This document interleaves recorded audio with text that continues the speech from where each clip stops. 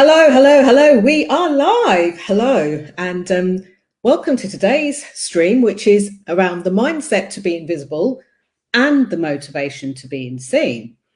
Now, if you saw the write-up around this video for the topic that we're going to be covering here, you'll know that it has a lot to do with mindset, in my definition, how we think about things, and in a way, our ability to think about things differently. So if you've ever wondered why or what it actually takes to achieve your own visibility dreams, your own visibility goals, your own visibility desires, then this video is definitely for you. Now, I come across a lot of people who are really brilliant, really powerful, very motivational, and totally inspiring. And it's like a journey that we all take. I include myself in this. We start off struggling with ways to have what we do be seen, to be taken seriously, to be heard and listened to. We sometimes, like, if we're the person doing the thing, sometimes it's harder for us to see clearer ways to articulate that, to share that, to make that visible in the world. Therefore, sometimes the work we do isn't understood. And this is especially true to those of you who are freelancers, consultants, service-based businesses. So quite often you're selling a service that can't be seen. And then the next part of the journey is this kind of wondering, how best can I put myself out there? How best can I have my work be known? How best can I have my brand be known, what I do be known? So I wanted to share a story about stationery. Now, if you really knew me, you would know I love stationery. I was once privately quoted as saying to a friend that I thought I needed a sponsor because I was walking through Greenwich and I saw a stationery shop that I hadn't seen before. I'm going to shout out Postmark because they're brilliant. Their cards, their stationery are just off the chain. And I got to the door and I literally stood like this outside the door, took a deep breath and went in. I didn't go in for anything, but I came out like 90 quid lighter. And a whole host of sticky notes with flamingos on, some of my favorite, a couple of my favorite notebooks. I've got numbered pages. And I realized at that point, this is not necessarily the healthiest thing to be doing, especially if you're a proper stationery lover. You will definitely have at least 2 or 3 notebooks that are really beautiful, really pretty, but you've maybe never written in. So what has stationery and all of this got to do with being visible and like the mindset of being visible and the motivation of being visible? Well, I'm about to tell you the humble story of this pen, because I promised you in the write-up that I would tell you the story of a pen, a simple story, but one that I think will resonate with most of you. So if you are watching and you would like to, and you can, do let me know where in the world you're watching from, and or just say hi, or just continue watching, and thank you for the love heart there. So I love my stationery, I love my notebooks, I love my pens. This actually very rarely happens to be a black inked pen, but if you've ever seen me in the flesh, maybe we've sat in a workshop together or been in a mastermind or program of some sort, I always have a number of pens with a number of different color inks. It actually helps me to remember stuff, and I've been like this for a few decades now. So just yesterday, I was preparing for a presentation that I'm going to be doing, a talk that I'm going to be giving, and I had a blue pen, a red pen, and this black pen, and I was writing down the important elements of what I wanted to say. And when it got to the pieces that I wanted to write in black, I used this pen. But the problem was the pen, like the nib on the pen, seems to be worn down and was close to running out. So every time I wrote, this grey, scratchy line came out. But what did I do? This was interesting to me when I reflected afterwards. I continued to double back. So let's say I was drawing an S. I continued to double back, which meant I had to do this 3 or 4 times before it even looked like a normal letter on the page. Before, I didn't get this grey, grainy, half attempt of a letter. What that meant was, it meant that everything I wrote with the black ink took me maybe 4 times longer than it needed to be. So what happened was, I'd allocated just 15 minutes just to write out my thoughts, because after all, they were all in my head. I didn't have to research them or anything. So I took, I allocated these 15 minutes just to write out my notes. But I realised at about 25 minutes, it was taking me longer. And I thought, this is strange. Why is that? Now, many people that I speak to, like I said, brilliant, savvy, smart people will say, oh, I procrastinated, or I self-sabotaged, or I took longer because, whatever your reason or their reason is. When the true fact of the matter was, I was using the pen that actually needed throwing out. And the only reason I didn't throw it out yesterday, you can see I kind of bent it in half to remind myself that I needed to put it in the bin. But the reason I didn't throw it out was, when I had this realization that I'm about to share with you, I wanted to keep this just for this live stream as a reminder of what we often do. So our mindset is set that there's the thing we want to do when it comes to being visible. Maybe we want to do more video. Maybe we want to speak more. Maybe we want to get paid to speak, because we've done a lot of free speaking. Maybe we want to just put our work out there more. Maybe we're about to launch a new service or product. Maybe you're about to go into a different sector and want people to know what value you can bring. Maybe you've been studying your thing and you want to now bring that into your current world or your current work. And here's what we do. We metaphorically decide we want to do something and then use the most ineffective method of getting ourselves out there. The pen that doesn't work so well, the pencil that needs sharpening, the training that we think might be okay. We'll just look at what they're doing and model, or copy that because you like that and you think it will work for you. And it just gave me this realization that, much like a blunt saw, it's going to take us a lot longer to get to where we need to be. So this isn't a video about you have to do this or you have to do that or you have to do it even with me. This is around the mindset, how we think about the way we want to be visible, the motivation to being seen. And often, if we take a moment to think about where that comes from, where that started from, we will be going in the direction that we want to in leaps and bounds. We don't need to compare ourselves to others. We don't need to have a look at what someone else is doing to get validation to think that we're on the right path or not. Because once we've got it clear in our mind and we think differently about it, we actually think more clearly about what we want to do next. So, what does it actually take to achieve our visibility, dreams, and desires? So many people come to me with misconceptions of this. I need to be a clearly articulated speaker with good diction.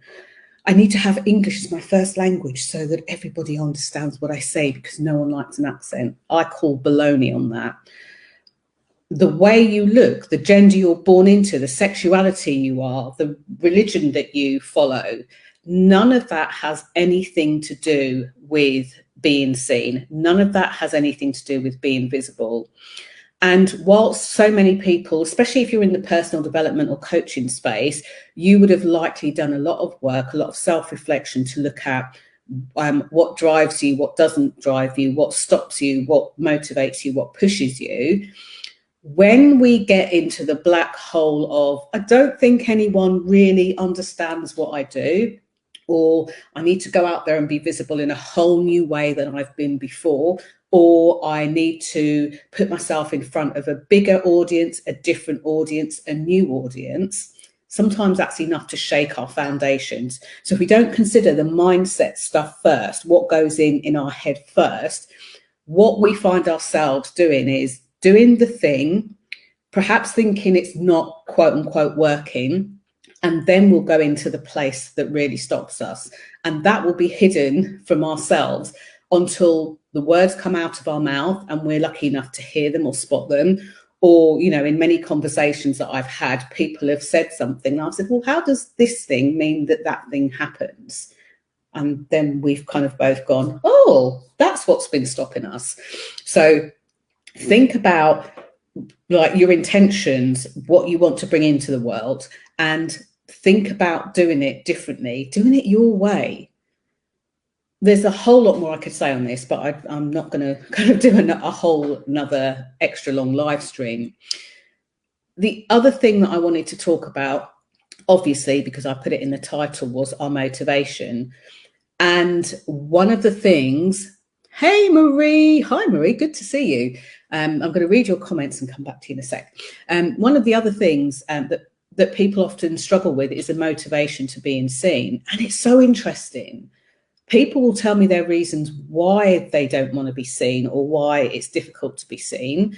And I'm not one of those people that dismisses or poo-poos someone's reality, somebody's lived experience and somebody's path that they've trodden. Often that is the thing that stops them. But what is refreshing to know is your motivation to be seen comes from whatever is underneath or behind that. So if we can scoop that up like some sand and start to explore that, that's when we start to distill what's really going on and we can make a difference. So, so Marie's brought up some really good points. She said, sometimes other people spark my inspiration for what to say. And this is interesting. I love this. Marie may have come across this, and some of you might have too. Many years ago, I had a human design reading. And one of the parts of my human design reading, done by a lovely lady called Marianne, who I don't think she does them anymore. I wish she did, because we went on to have a number of calls where she broke down everything on the chart. And one of the things on my chart is, as a manifesting generator, and for some of you listening to this, you'll be like, what are you talking about? But as a manifesting generator, it's like I've got this energy, I've got this engine, and people have alluded to this for years, and I've kind of gone, oh, thank you, and kind of been a bit, embarrassing. But people have said that sometimes they experience being with me, it's like a force, like a vibe. Quite often people to this day will still say, you've got a vibe about you. And I put it down to this engine, this manifesting, generating engine. And one of my blessings, I guess, is that because of that, not only do I zizz up my energy 100%, 110, 150, 200%, but when people are speaking to me, they will often get sparks of inspiration, not because I'm doing anything to them, but because they're in that energetic space as well. So if I'm speaking to someone who's at 30%, and, you know, I'm not asking anyone to out themselves, but if you've experienced that with me, maybe you've had a call with me and had a chat with me about something and started off feeling a bit, I don't know where to start. I'm overwhelmed, I'm frustrated. And then by the end of the conversation have said, I feel so much better now. I feel lighter. I feel ready to face the world. The reason for that will be because of this human design that I have. I'm not the only one in the world with it. But part of my human design, when you look at all the pieces together, mean that other people will often be sparked from being in that energy. And I myself will experience that as well. So I'm not the only person in the world that does it. So when Marie says sometimes other people spark my inspiration for what to say, absolutely, it could come from that. It could come from a lot of other things as well. But what I do know about Marie, because I have met Marie in the flesh a number of times, what I know about Marie is that she has her own certain type of gold, her own certain kind of gold. And I think, Marie, that when you are with other people, that your own gold starts to be drawn out of you because you recognize something in them, you see something in them, and it's actually that juices you. So whilst I know you've said other people spark your inspiration, I feel like your inspiration's already there. But, you know, when you're speaking to someone else, it just kind of ignites a spark. So they become almost like a catalyst for the gold that's already there. That's my thoughts. All other opinions, of course, are accepted. And she says, I don't love my Essex accent.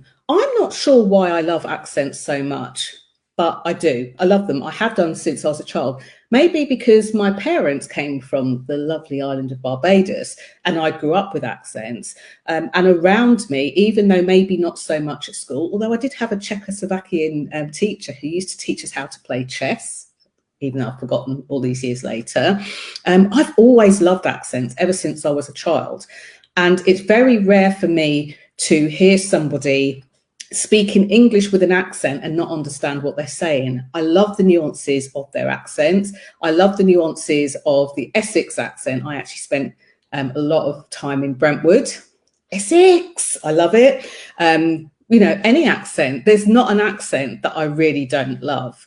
And from a visibility perspective, from a point of being seen and being heard and being memorable, what better way to stand out than to have an accent? So I would invite anyone with their accent, ham it up.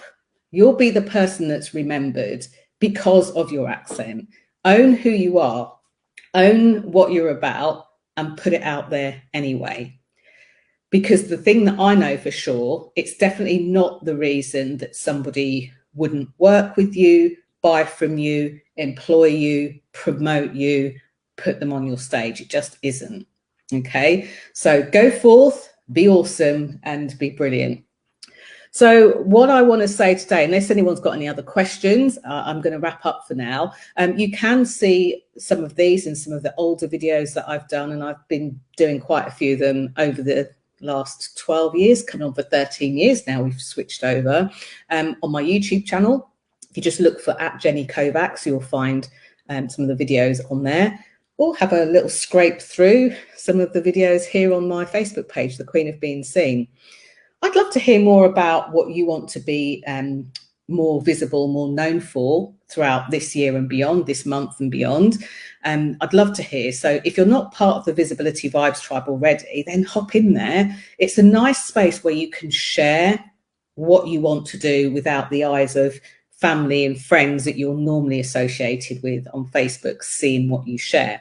And also today there's a post in there where I'm asking, well, what motivates you? Or, you know, how have you motivated other people? What kind of things have you learned in your journey of like mindset and thinking differently? Because you all bring value to the table, you all bring gold. So I'd love to hear more about that. So for now, I say goodbye. Thank you for watching, and I will be back tomorrow at about 11:30 time, where I'll be sharing. What will I be sharing tomorrow? I can't even remember, and I probably can't see it now. But let me just pop up the slide. In fact, I can cheat and have a look on here. This is today's, and that's a picture of me looking really sweaty and swollen in the face because I've just finished a marathon. And yes, tips and techniques on being seen and being heard. And did you know? So if there's anything that you are particularly stuck with, let me know. And if you let me know at least an hour before tomorrow, then I'll be able to anonymously include it for you to protect your privacy. I'm Jenny Kovacs, the Queen of Being Seen, the visibility queen there. And I'm passionate about helping you put yourself out there and to be more visible, whether it's through speaking, through video, or through a number of those things. This year is an exciting year. Can't wait to share the good news with you. And I look forward to hearing more and seeing more of you out there online. Thanks for watching. Thanks for commenting. And thanks, Marie, for sharing. Bye for now.